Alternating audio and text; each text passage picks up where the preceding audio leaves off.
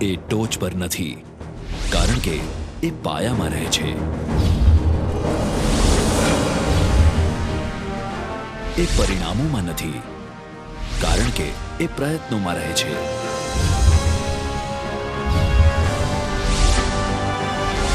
એ નાના છે પણ અનેક છે.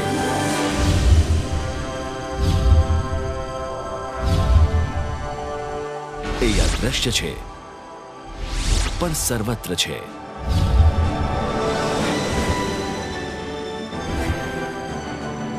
ગુજરાતના વિકાસ રથના આ છે સારથી.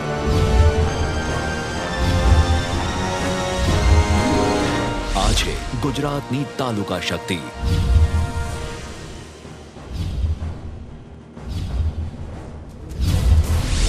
આપણો વિકાસ આપણા હાથમાં. આપણો તાલુકો વાઇબ્રન્ટ તાલુકો.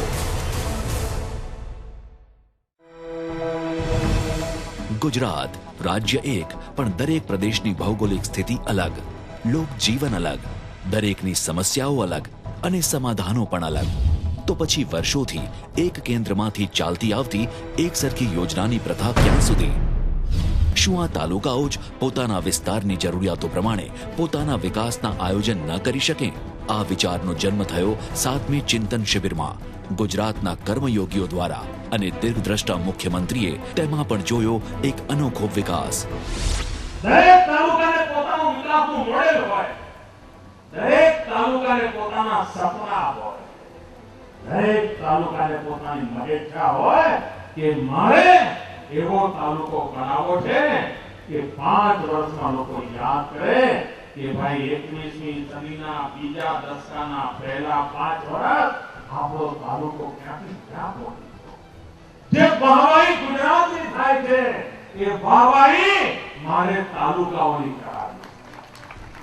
નક્કર કામ, નિશ્ચિત કામ, સાચી દિશાનું કામ, અને માત્ર ને માત્ર લોકોનું ભલું થતું હોય તો જ કરવાનું, નહીં તો નહીં કરવાનું. આ વાતાવરણ મારે આ વાતાવરણ તાલુકામાં બનાવવું. તાલુકામાં ટીમ પેદા કરવી છે. વાઇબ્રન્ટ એટલે ધબકતો તાલુકો. વાઇબ્રન્ટ તાલુકો એટલે ધબકતો તાલુકો. મળદાવ નહીં, પડ્યા છીએ, આવે છે, જાય છે, નાય, ઉત્સાહ, ઉમંગ, એક જ મંત્ર બોલો, ગુજરાતને દોડાવું છે, આગળ વધારવું છે. આ જ મંત્ર. તાલુકાઓ વધારે લોકાભિમુખ અને પારદર્શી સેવાઓ ઝડપથી આપી શકે તે માટે દરેક તાલુકામાં એક સરખા આધુનિક જનસેવા કેન્દ્રો ઊભા કરવામાં આવ્યા છે, જ્યાં એક જ સ્થળેથી વિવિધ વિભાગોની 156થી વધુ નાગરિકલક્ષી સેવાઓ, દસ્તાવેજીકરણ તેમજ તમામ વિભાગોની અરજીઓનો સ્વીકાર કરવામાં આવે છે.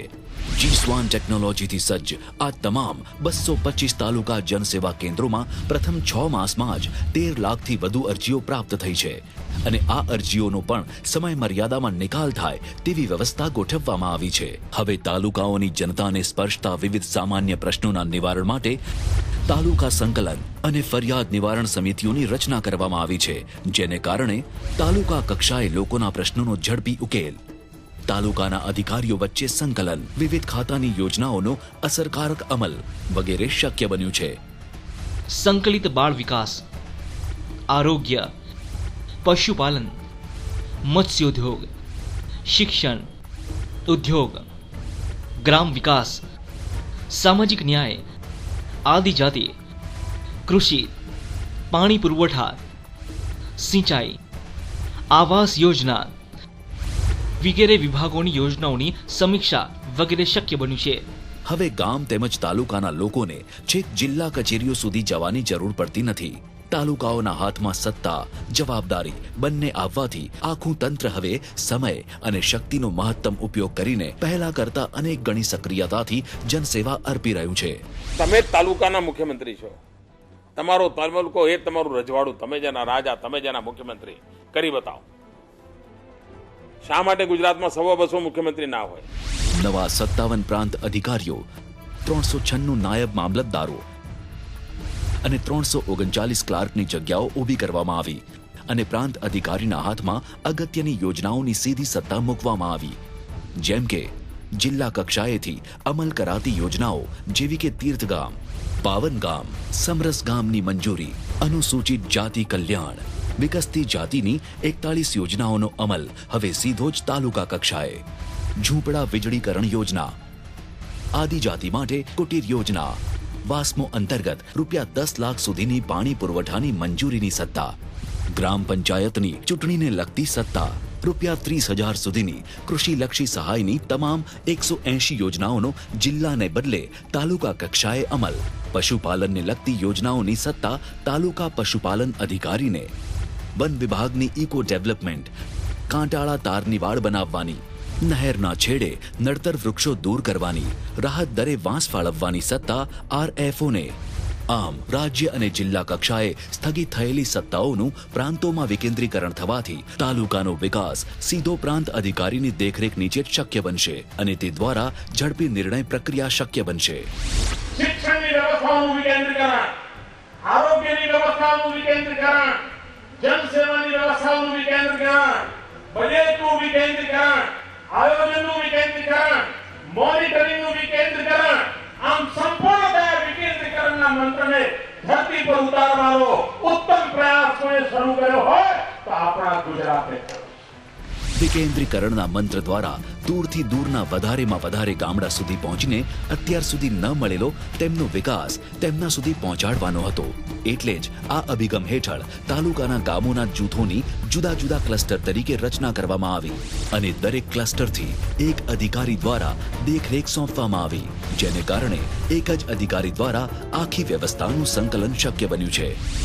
આપણો તાલુકો વાયબ્રન્ટ તાલુકાની અંદર જો મને મારી તાલુકાની ટીમ તરફ જોઈને કહેવાનું હતું એમ કહીશ, ઈશ્વરે તમને જે સામર્થ્ય આપ્યું છે એને મારે મોકળાશ આપી છે, એને અવસર આપ્યો છે અને અવસર શક્તિમાં પરિવર્તિત થતો હોય છે. તાલુકાઓની શક્તિ 16 કળાએ ખીલે તે માટે તેમને અવસરોની ભરમાર આપવામાં આવી છે.